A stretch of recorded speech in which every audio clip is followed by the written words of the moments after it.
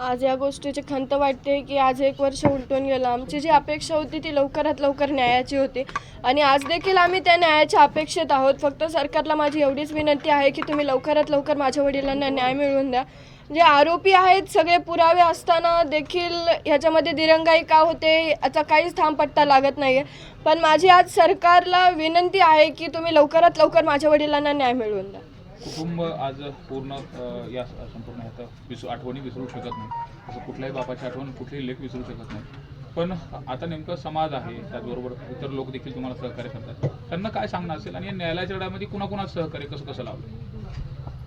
या न्यायाच्या लढ्यामध्ये तर आम्हाला पूर्ण समाजाने साथ दिली. मी खरंच त्यांचे आभार मानते, कारण की तुम्ही जी दिलेली आम्हाला साथ आहे तो त्याच्यामुळेच हा लढा इथपर्यंत उभा राहिला आहे. कारण की आमचं कुटुंब, माझे वडील आमच्या कुटुंबाचा एक असा हिस्सा होते की त्यांच्याविना आमचं कुटुंब हे काहीच नव्हतं. आणि या आठवणींना खरंच कोणता दिवस नसतो की मासिक आलं, वर्षश्राद्ध आलं की तुम्हाला त्यांची आठवण येते.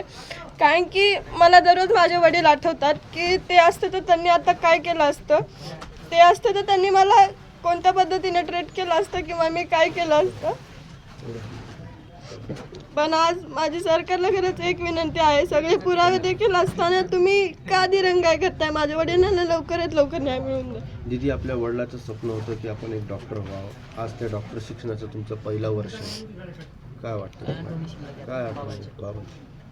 म्हणजे त्यांचं स्वप्न तर मी नक्कीच पूर्ण करेल, पण त्या आनंदात ते माझ्यासोबत नसतील हे माझं खरंच खूप मोठं दुर्भाग्य.